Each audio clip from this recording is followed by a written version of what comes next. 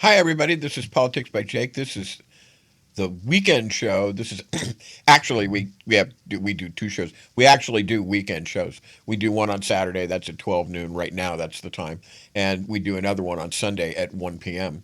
And so this is the weekend. When I say the weekend show, this is the Saturday portion of the weekend show. So anyway, all right. Maybe that was an unnecessary elaboration, but we have a lot to talk about.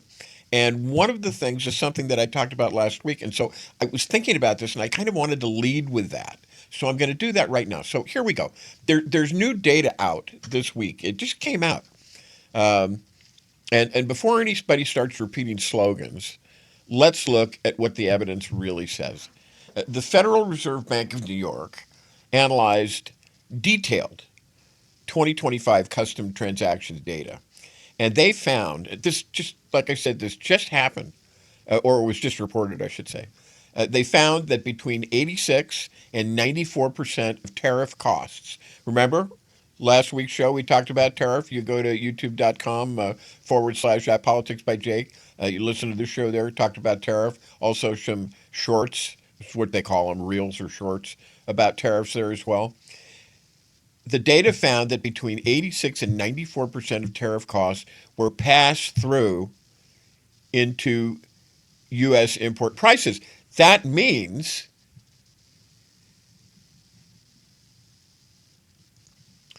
that the overwhelming majority of the burden landed on American firms and American consumers. And you, of course, hear from Donald Trump and the fascist, oligarchic, money power cabal that is behind him and that I have argued is using him. I've just argued that he's just a tool, that he's just really kind of a doofus. And he's being jollied along because, he's crazy. I mean, he's certifiably crazy. They're jollying him along because he's doing things that will be beneficial to them, and that's what they want.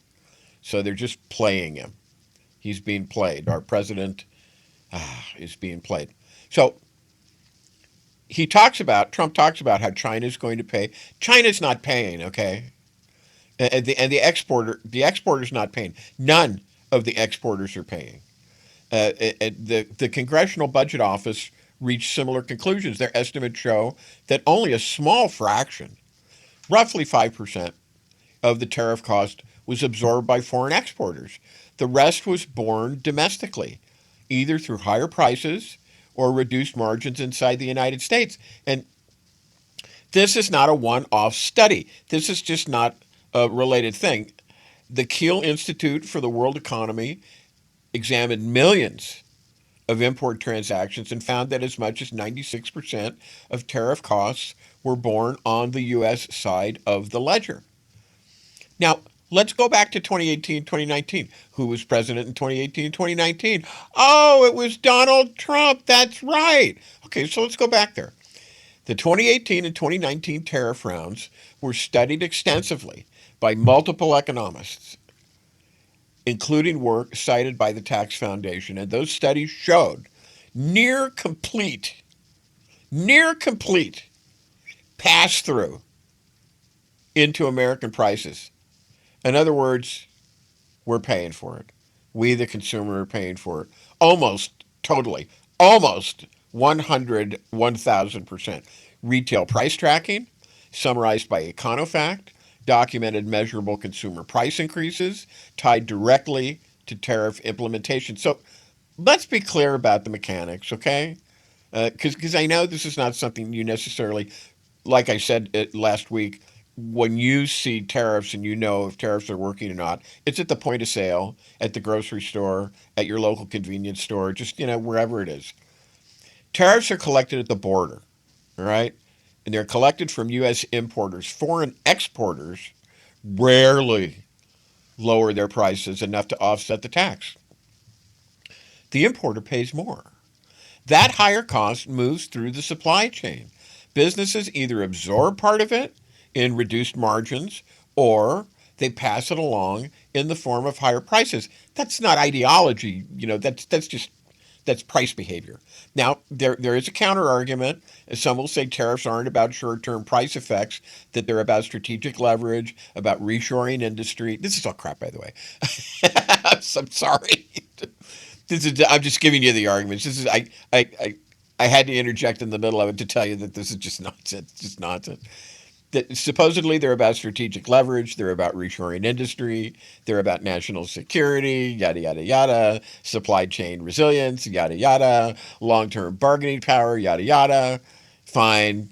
If you want to say this, I suppose it's a legitimate, a kind of sort of policy argument. But strategy does not change incidence. If you want to argue that the long-term benefits justify the short-term cost, make that case openly, but they're not. But what you can't not honestly argue in light of the data from, number one, the New York Federal Reserve, number two, the Congressional Budget Office, CBO, and the Kiel Institute, and the prior empirical studies from 2018, 2019, common effect that I talked about, is that foreign countries are paying most of the bill. Because that's not happening. You can't make that argument because the evidence shows the bulk of the cost shows up here in the United States. So the policy is debatable on that, but the arithmetic really, really not debatable. So, like I said, recent economic analysis, including reporting from the Federal Reserve System, the follow-up economic research this week, confirms again what we saw in 2018 and 2019. Roughly, and these numbers just blow me away, and I hope they blow you away too, because it's 2026 and there's an election coming up. Roughly 70% to 100% of tariff costs are passed through to consumers. That's right. That's you. That's my listeners. That's my viewers on the YouTube. That's Politics by Jake. That's my people. They're not absorbed by China, like Trump says. China is not paying. They're not absorbed by exporters. They're not absorbed by supposedly patriotic corporate America. No, they are passed through. Prices go up. Households pay. And again, that's not ideological, that's arithmetic. I just cited the studies to you. Now, here's the question that nobody asks, okay? If consumers pay most of the tariffs, who benefits? Remember on the show we like to talk about the old Latin proverbs because I have to afflict my listeners with this because I went through 6 years of schoolboy and college Latin. And I never got any use out. I had to get out some use when I get it out on the show. There's a Latin proverb, cui bono, cui podest. And cui bono means who benefits, or it literally means to who's good. But that's okay. Who benefits? And so I'm asking that question now, rhetorically, and I'm going to answer it. If consumers pay most of the tariff, who benefits? Okay, I'll tell you. Large domestic producers, especially in protected sectors, gain pricing power, and this is actually an okay reason to protect your own industries. This is okay. They gain pricing power. If foreign steel is tariffed, U.S. steel producers can raise prices too. They don't need to be more efficient. They don't need to innovate. They just need the shield. And small businesses, they buy inputs at higher prices. Mom and pop manufacturers, they don't get protection. They get squeezed. So the structure looks like this. Consumers lose. Small firms absorb higher costs. Large protected firms gain margin. Now pause. That by itself is not fascism. Tariffs have existed for centuries, but here's where it gets interesting. When government policy, and Zara Mamdani goes to see Donald Trump, openly calls him a fascist. I call him a fascist on this show. Other people have called him a fascist. Giovanni Gentili definition, 1922 of fascism. I've talked to you about that many times on the show. It's basically the means of production controlled by business and private interest and enforced by the state. That's fascism. That's kind of textbook. So tariffs are not necessarily fascism, but when government policy consistently advantages large, concentrated industrial actors, and when those actors become politically intertwined with the state, are you getting this now? Is it beginning to come together for you? When those actors become politically intertwined with the state, when competition is reduced because protection replaces efficiency, you begin to move from market competition to something else. You begin to move towards cartel logic. That's what it becomes. And historically, and I'm being precise here, in 1930s Germany, and I also recently mentioned that I feel like anymore we're in 1930s Germany, and I couldn't tell whether we're in 1938, 1936, 1934, but we're somewhere in there. And in 1930s Germany, the regime didn't nationalize industry in the socialist sense. It aligned with large industrial conglomerates like Krupp, IG Farben, major steel and chemical combines, and the state protected them, it directed them, partnered with them. That's not free enterprise, okay? That's cartel state integration. Now, I'm not saying, well, I personally think we're in the 30s. We're in the 1930s Berlin.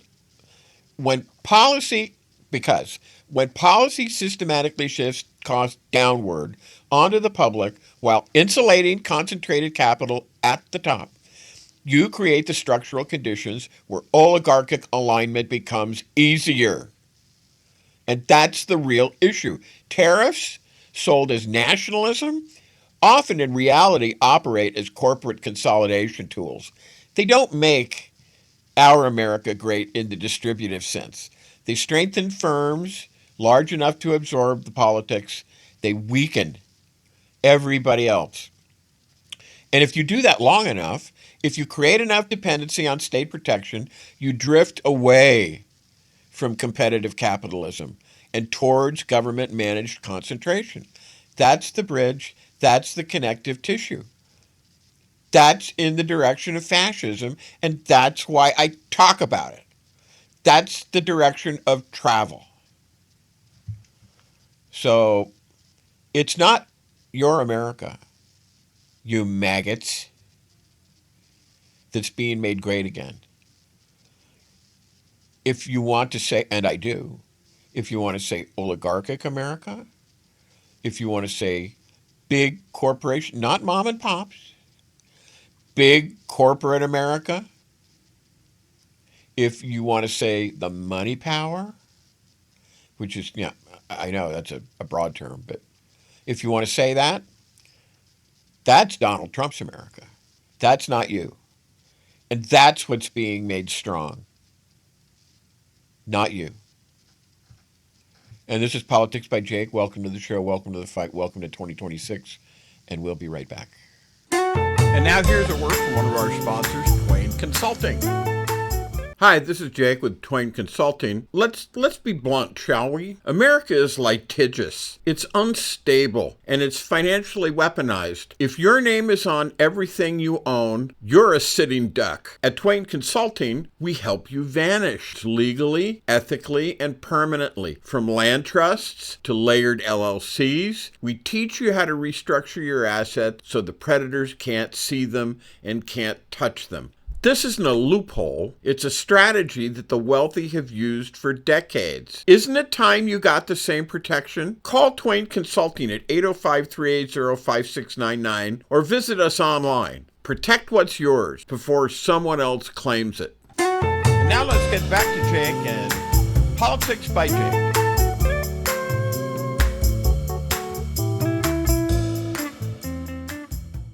And this is Politics by Jake, and we are back. Okay, now this is an update on a story that you heard earlier, and I know that things, because it's the nature of this fascist cabal to do this, to just hurl things at you, to keep you off balance. I've explained this. Trump is a man of chaos. He exists to destroy.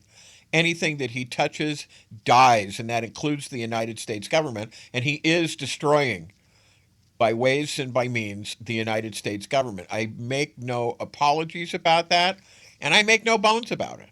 That is what he's doing. And he is a man of an inner chaotic mind. All you have to do is go on Truth Social and look at some of his posts. Look at the posts that he does at night, the crazy things that he does. This is a man who, honestly, yeah, I did have or I do have in my undergraduate degree, I do have a minor in psychology. I do. This is not a clinical observation, but it's a reasoned observation based on the information that I have. He's crazy.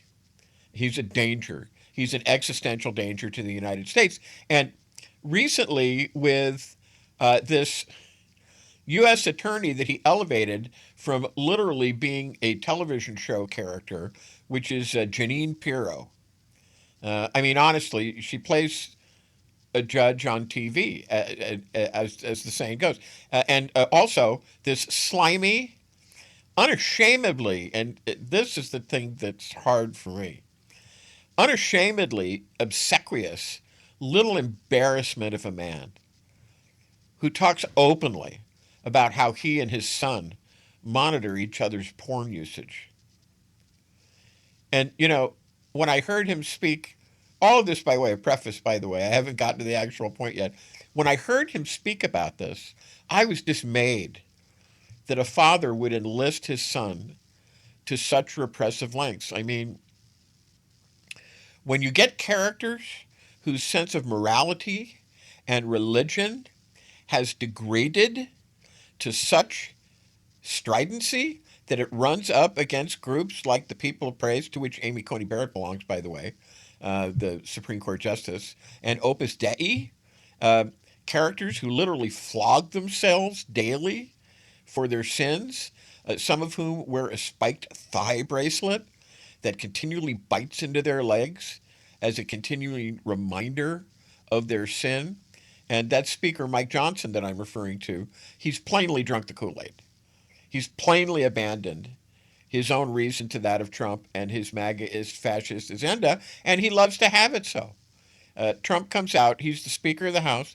Trump comes out and says, no, actually, I'm the Speaker of the House. And Mike Johnson is all in. Doesn't bother him at all. So here he is, squeaking from the sidelines. And they attempted, and I should say Trump, but his cabal and the people who hold his coat and who jolly along his insanity, attempted to indict, I think it was two senators, Mark Kelly was one of them, and four Democratic members of the House. It might have been four sitting senators for following the law, for telling Americans to follow the law in the face of the continual, sometimes daily, depredations of Donald Trump and this fascist cabal, as I said, for publicly expressing fealty to the Constitution and for publicly reminding members of the military that their allegiance is to the Constitution and to the law and not some increasingly, and I fear this is really almost too tame a term, not some demented, and he is, and he has been demented, and it is getting worse every day because you don't recover from dementia. Dementia just gets worse. This psychopath, Donald Trump, who has, as I have urged all of you to recognize and wake up and come to your senses about, actively engaged in destroying this country, including its including its buildings. He literally knocked down part of the White House.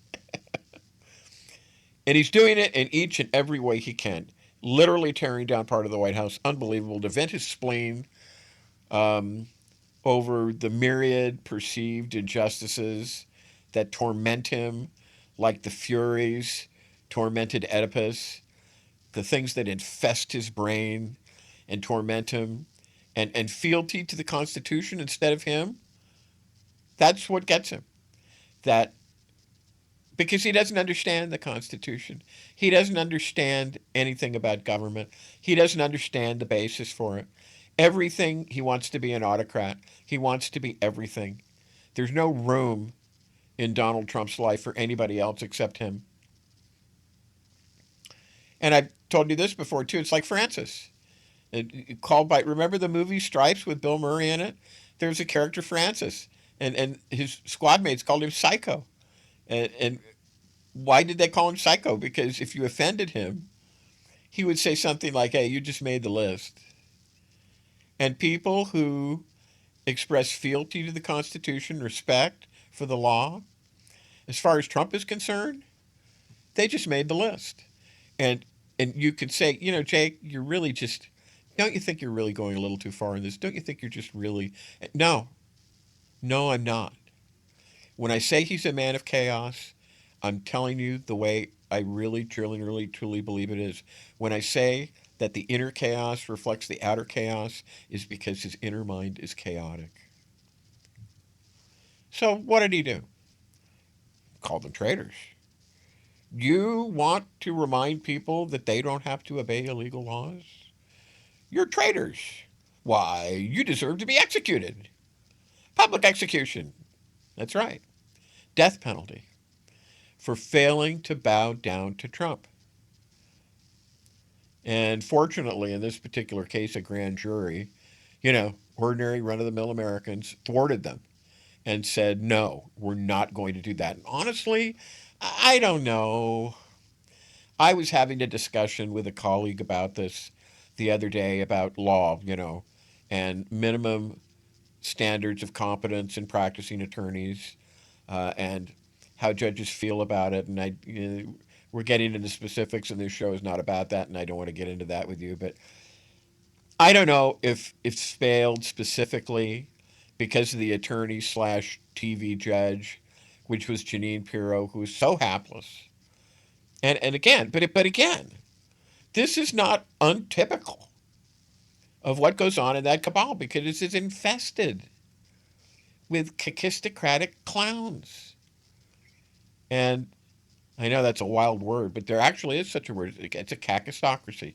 There is actually a thing called a kakistocracy. And a kakistocracy is defined as government by the very worst or the very most incompetent, least competent people.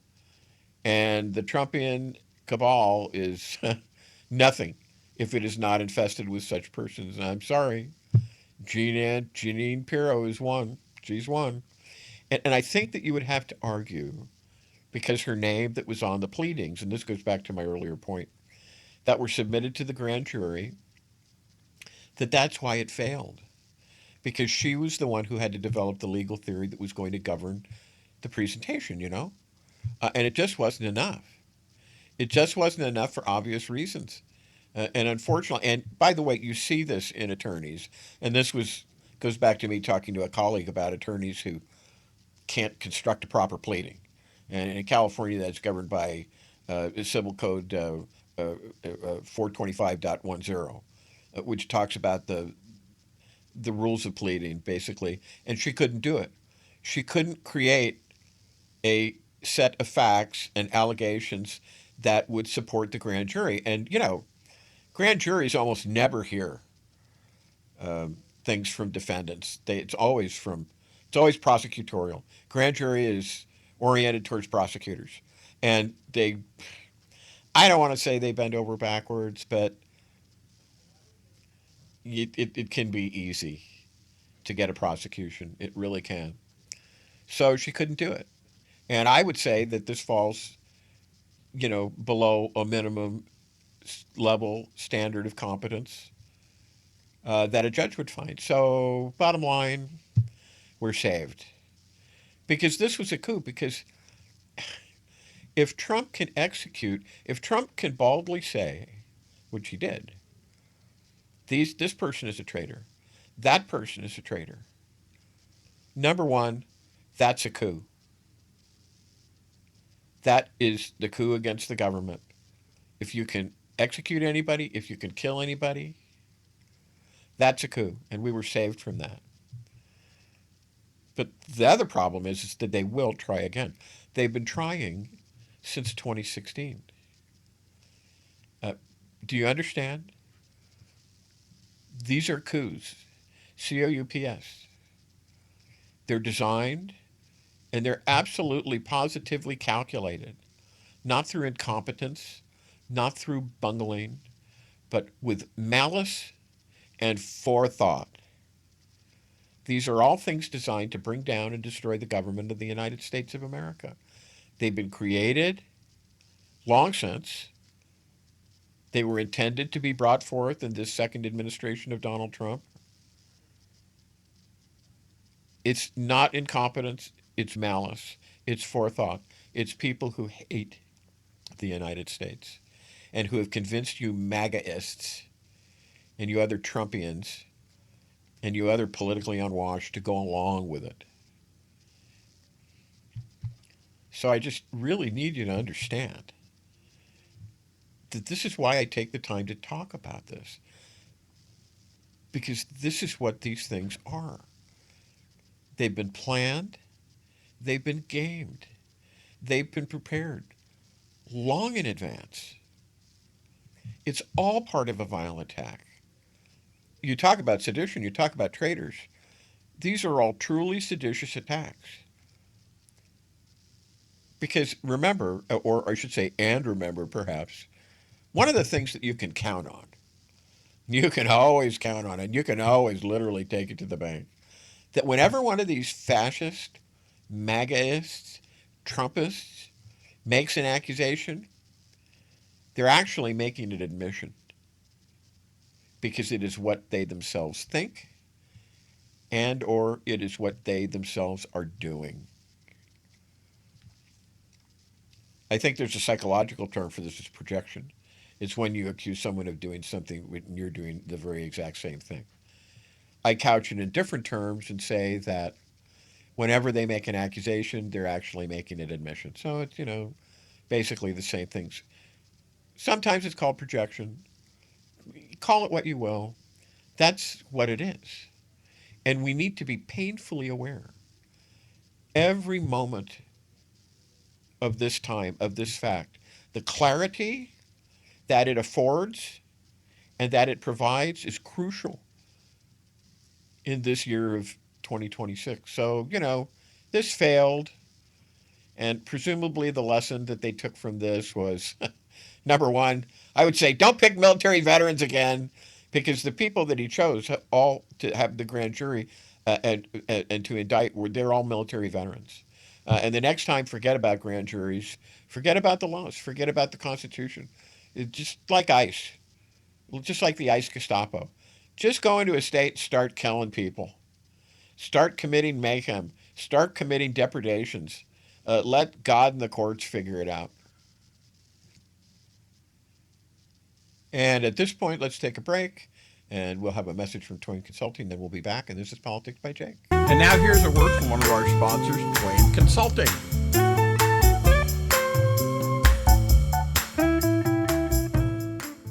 Hi, this is Jake with Twain Consulting. Imagine, if you will, having the power to disappear from the prying eyes of creditors, identity thieves, nosy strangers, all while protecting what you've worked so hard to build. That's what virtual invisibility offers. It's not magic. It's smart legal and business strategy to shield your assets and privacy so you can live free, confident, and in control. Most people think that asset protection is only for the ultra-wealthy, but it's for anyone who wants peace of mind and financial security, including you.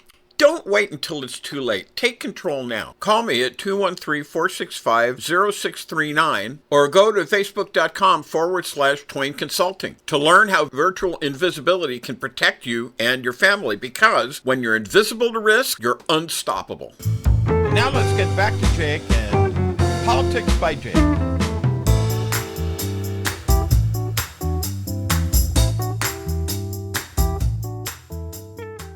All righty, thank you, Twain Consulting. This is Politics by Jake, and we're back. So, going on, and we were talking about the depredations and the infamy and the calumny and the mayhem and the murder, because people have been murdered. The extrajudicial, the extra legal, the cowardly ICE Gestapo, some of whom they go into action wearing T-shirts, jeans, don't have proper kit. They're careful to wear face masks. They may not have proper helmets, kit, which is part of the kit. And they'll wear a ski helmet or a motorcycle helmet, or they'll wear a ski mask, something to hide their face. Very irregular. Real stormtrooper, real goons. And they probably, if they're listening to me, they probably love it that they are characterized like that. And we were just talking about the last segment when we were finishing up. Trump will take more like ICE Gestapo-like approach. And interestingly, Recently, Tom Holman said that ICE Gestapo is going to be withdrawn from Minnesota. And last week they were going to send 3,000 more in. So let's talk about that because this is a victory. And as we go on, I'll explain why. Tom Homan just announced that ICE Gestapo, he didn't call him ICE Gestapo, he called him ICE, is withdrawing from Minnesota. He said it out loud. Now pause right there because that's a victory. And what I told you in the last segment is true. This was all contemplated. The invasion, the infestation of what is considered to be hostile states, particularly hostile. Governor Walz ran against Donald Trump. And a payback. So this was all done with malice. It was done with forethought. A week ago, the posture was escalation, federal presence, pressure, threats, demands for voter rolls. Pam Bondi basically trying to blackmail Governor Walz, saying, you give us your voter rolls. And then, maybe we'll withdraw the troops because it's an invading force under these circumstances. This is under cover of law. This is not under color of law. And now, withdrawal. Why? Let's talk about what actually happened because this is a victory for the forces of good, for the forces of democracy, for the forces of this republic. And Minnesotans showed us a lot. They did not roll over. Governor Walz did not posture. He did not fold. Instead, he publicly challenged the federal intrusion. He made it clear that state authority matters. There were signals, and I almost want to say I didn't know he had it in him, but I'm really glad he did. There were signals from him, clear signals, that he was about to activate. Actually, he did. Preliminarily, he did. That the state military apparatus could be activated if necessary. That is not symbolic language. That is a governor asserting constitutional standing. There was also by the citizenry and by the bourgeoisie. You've heard me talk about the difference between the oligarchy and the bourgeoisie. Bourgeoisie is the landed people, it's people with capital, business owners, you know. And I've made a distinction, a careful distinction, between the bourgeoisie, which typically has a care and a concern, recognizes its place in the community, does not abuse it. And there was a partial commercial disruption by the bourgeoisie. Businesses signaled non cooperation. Commerce slowed. Public resistance wasn't just rhetorical, it wasn't just in the streets, and it was in the streets. It had economic teeth also. And how many times have you heard me talk about general strikes and how they absolutely destroy putsches and infestations of vermin like the quasi-legal, not really primetime legal ICE Gestapo, the Sturmabteilung, the brown shirts, the black shirts, the Squadristi. And we should call these guys the T-shirts because a lot of them don't even have proper kit.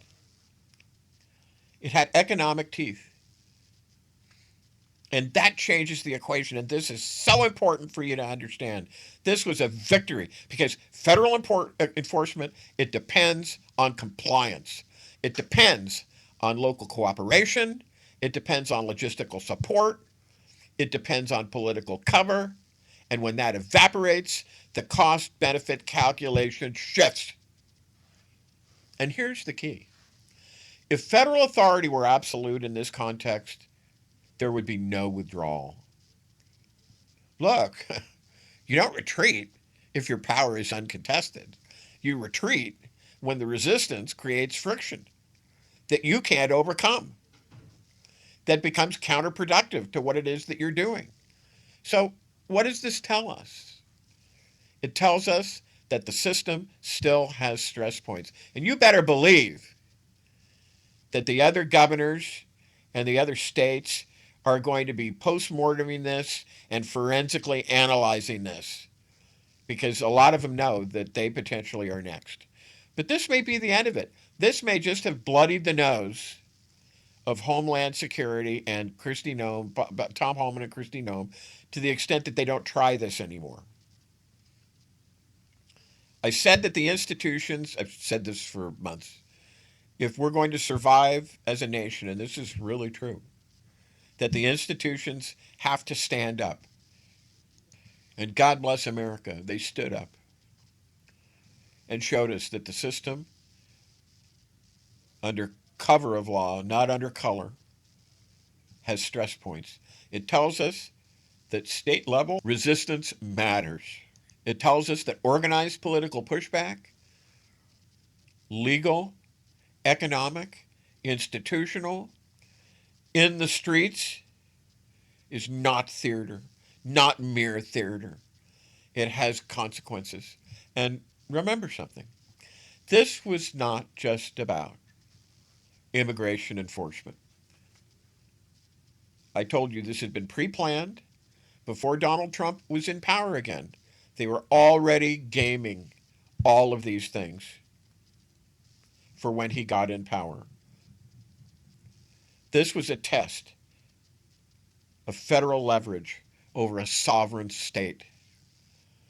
When Walz signaled that Minnesota would not simply comply, and when public and commercial resistance, continual marches in the streets, the bourgeoisie closing businesses down, denying recourse to these squadristi, these black shirts, brown shirts, Gestapo, whatever you want to call them,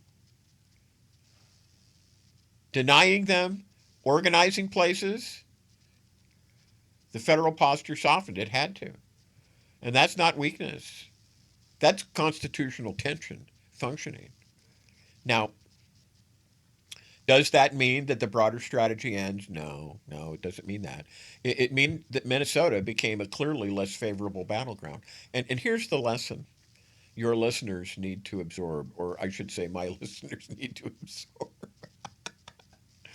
Power expands where it meets no resistance. It's just like the bully. If you just let the bully do whatever he wants to do, he's going to keep bullying you. But power, like the bully, recalibrates where resistance raises costs. And what happened? We have here a case study of a state raising the cost. Minnesota raised the cost, and ICE withdrew. That is not a small thing. That is federalism under stress, but still alive.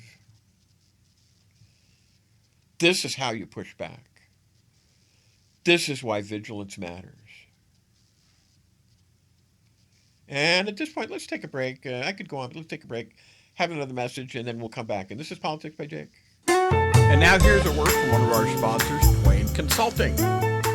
Hi, this is Jake with Twain Consulting. Let's be blunt, shall we? America is litigious. It's unstable, and it's financially weaponized. If your name is on everything you own, you're a sitting duck. At Twain Consulting, we help you vanish legally, ethically, and permanently. From land trusts to layered LLCs, we teach you how to restructure your assets so the predators can't see them and can't touch them. This isn't a loophole. It's a strategy that the wealthy have used for decades. Isn't it time you got the same protection? Call Twain Consulting at 805-380-5699 or visit us online. Protect what's yours before someone else claims it. And now let's get back to Jake and Politics by Jake.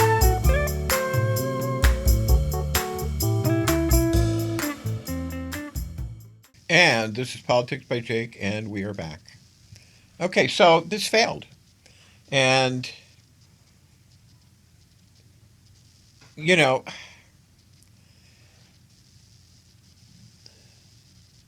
they've now seen, and this, again, this is just crucially important, they've now seen that even sending ICE Gestapo, this ICE Gestapo like approach, which is to piss on the Fourth Amendment, the First Amendment, the separation of powers, Article 1, Section 1 of the Constitution, pissing on the entire Constitution all at once, to just arbitrarily violate everyone's rights, take them, don't give them a trial, don't or give them a show trial, give them a show trial like in Nazi Germany, then execute them all before a court, videotape it for Trump, hang them on a hook, and watch them squirm and suffer before they die. This is the way it was with Hitler, and Trump's exactly the same way. And I'm not exaggerating. Trump loves to inflict cruelty. He loves to watch cruelty. Execute them all before a court. The powers of the Constitution, the powers and the laws that govern this land can be brought to bear against them, which is what's happening now. Be brought to bear against them about what happened. This is what's doing in Fulton County, Georgia, about which we'll have more to say in a minute. They're counting on the system not being able to move quickly enough to stop them before they do what it is that they intend to do. And it is true, as the saying goes, the wheels of justice grind slow. There's two parts to that. The other part is that they grind fine. And I personally, I don't know about the fine part. They definitely grind slow. I think it was like Wednesday. Well, in April of 2025, only 34% of Americans strongly disapproved of Trump's dictatorial handling of the immigration and the border. Only 34%. Now, 10 months later, NBC has polled 49% of United States citizens strongly disapproved of Trump on immigration and the border. 61% disapproved to some degree. 61. Trump is not only underwater, he's drowning on this. He's drowned already. He's 21 points underwater. He's 22 points underwater on strong disapproval on the border and immigration. And this is over, and this may be why Homan announced that ICE Gestapo is withdrawing from Minnesota. Data for Progress polled on ICE and interference with the midterms, which is the real point of having ICE Gestapo. 64% of us believe Trump will use ICE Gestapo, the Sturmabteilung, the Gestapo, the brown shirts, the black shirts, the Squadristi. I can't emphasize this enough. This is serious as a heart attack for our government and our way of life and the continuation of it. 64% of us believe that Trump will use ICE Gestapo to interfere with the midterms. 56% of us want ICE Gestapo kept away from the polling station. You're not supposed to have poll watchers, you know. That's illegal too. But the most amazing statistic, and you know, some of you might say, well, that's not so amazing, Jake, but I think the most terrifying statistic is only 75% of Democrats want ICE Gestapo kept away from the polling stations. And if you are part of the 25% who listen to me and you're a Democrat, would you rethink this, please? Because they're out to take away your country. Of my listeners and my viewers, if you are in that 25%, I would ask you to please listen to this. Number one, please listen to this show remedially and give a lot of thought to why you're saying that. Because take it from me, take it from Jake, these people are absolutely, positively out to take away this country and destroy it right before your eyes. It is happening. Their attempts right before your very eyes this very day. And here's the thing, and this goes to show how half of the country, or whatever half it is, just completely wrong on this. I talked about the illegal employer problem. We don't have an illegal immigration problem. We don't. If employers would not violate the law and hire people who are undocumented and all that entails including but not limited to fair pay. I mean, I'm not going to go into it because, that's a segment of the show. We would not have any illegal immigration problems. We wouldn't. It happens because greedy employers are willing to overlook the law or willing to pay pennies for backbreaking labor, which most Americans would never do, under the most awful of conditions, unsanitary, physically dangerous, psychologically and emotionally destabilizing and debilitating. They're willing to do that in order to increase their profit margin, and they don't care about abusing these workers. And the only conclusion that you can come to is that they don't care because they consider them subhuman. Untermenschen. That was the German word for it, still is. Subhumans. But here's the thing. Immigration, it's the lifeblood of a nation. If you don't have that, your nation dies. And it's basically just a simple matter of that. Immigration is simply not a side issue of the American story. It's the bloodstream.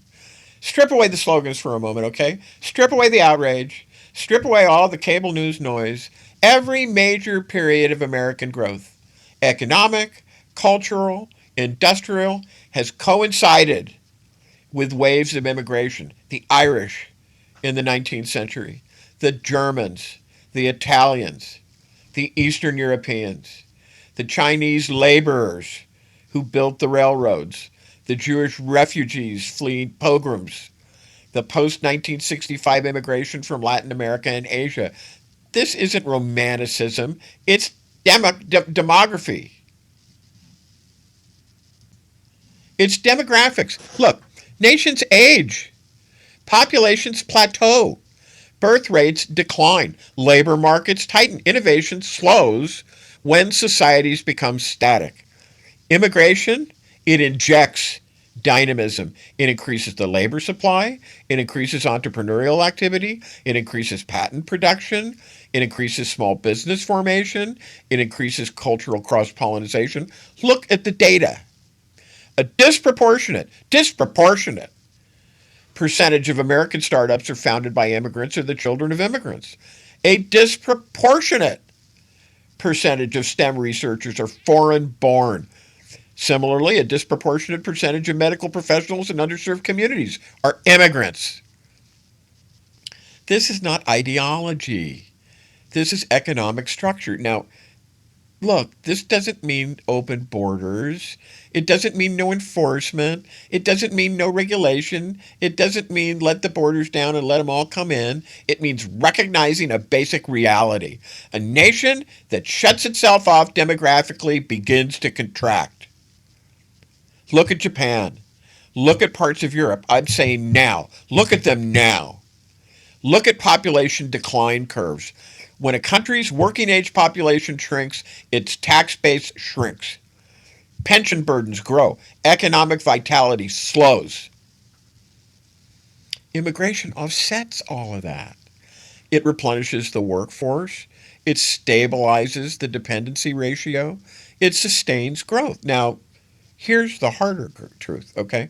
Immigration has always been controversial. The Irish were despised. There's even jokes about it in the great movie Blazing Saddles. There was this scene where the settlers get together with the people who are trying to stop the bad guys, and everybody's allowed except the Irish. It's funny. The Irish, that's because the Irish were despised. There would be job signs in New York City in the 19th century saying no Irish need apply. They were despised. The Italians, they were accused of crime. Chinese, they were excluded. The Jews were vilified. Mexicans, they're now being vilified. Every generation repeats the fear cycle. Every generation eventually integrates. That's what happens. So when someone tells you that immigration is purely a drain, that it is purely destructive, that it is purely parasitic, you are hearing a narrative that is untethered from history. Controlled, lawful immigration has been one of the principal engines of American expansion. It is not weakness. It is vitality. You can debate policy, you can debate quotas, you can debate enforcement, but if you deny that immigration has been central to American strength, you are denying history. And history is not sentimental. It's structural. 55% of America's billion-dollar startup companies, it's immigrants who've either founded or co-founded. Roughly 55% of them. That's more than half. Immigrants make up about 14 or 15% of the population, yet they found companies at roughly double the rate of native-born Americans. And that's according to research from the Kaufman Foundation. Now look at the labor markets. The CBO, Congressional Budget Office, multiple demographic projections has made it clear immigration significantly boosts long-term GDP growth because it increases the working age population. In its 2024 long-term model, the CBO explicitly noted that higher net immigration increases labor force growth and therefore increases total economic output over time. Simple math, more workers, more production, larger tax base, higher aggregate GDP. The Federal Reserve Bank of Dallas similarly concluded immigration expands labor supply and tends to lower inflationary pressure over time by easing labor short. That's structural macroeconomics. Now, look at innovation. A 2018 study from the National Bureau of Economic Research found that immigrants account for a disproportionately large share of U.S. patent filings. Patent filings, in STEM fields in particular. Immigrants and their children represent a significant percentage of researchers and inventors. You want biotech? You want AI? I think we do. You want advanced manufacturing? I think we do. You're talking about immigrant labor and immigrant talent. Now zoom out. Demographically. I'm serious about this. I'm mad about this. Birth rates in the United States have fallen below replacement level. It's about 1.6 children per woman in recent years. Replacement is 2.1. Without immigration, the U.S. working age population would stagnate and eventually decline, much like Japan or parts of Europe. The dependency ratio, which I mentioned earlier on, the dependency ratio would rise, fewer workers, supporting more retirees. Is that what you want? You want to lose your Social Security, you old people? You want to lose your Medicare? Slower growth? Immigration offsets that. If you argue against that, you're arguing against centuries of data, scads of data. Immigration, regulated and structured, has been one of the principal engines of American vitality, not weakness, vitality.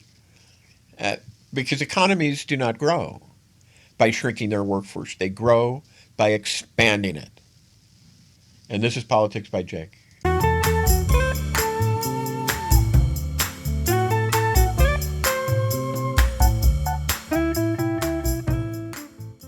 Look around you. The systems are failing. The currency, the court, the Constitution. And no one is coming to save you. You feel it. You see it. But you've been told to ignore it. This isn't paranoia. It's not a conspiracy theory. It's collapse. Designed, accelerated, and now unavoidable. So what's your plan? What happens when the banks close? When the grid goes down? When they come knocking and you have nothing protected, nothing structured, nothing left? You don't need a bunker. You need a protocol. The collapse protocol is the plan for people who still think clearly, who want to live, thrive, and protect what's theirs, even in a world gone mad. You don't have time. You don't have backup. But now you have this. Collapse protocol from Twain Consulting before the end begins. Contact us as soon as you can. Facebook.com/Twain Consulting or call us at 213-465-0639. Are you tired of the noise and the spin? Do you want the real story behind the headlines? I'm Jake, and this is Politics by Jake, where I tell you what they won't. And now, we're going even deeper. and I need your help to keep doing it. Join me on Patreon and support independent political analysis that doesn't pull punches. You'll get insider breakdowns, you'll get bonus clips, and first access to new content. So go to patreon.com/politics by Jake. That's patreon.com/politics by Jake. No filters, no fluff, just the truth. Let's do this together.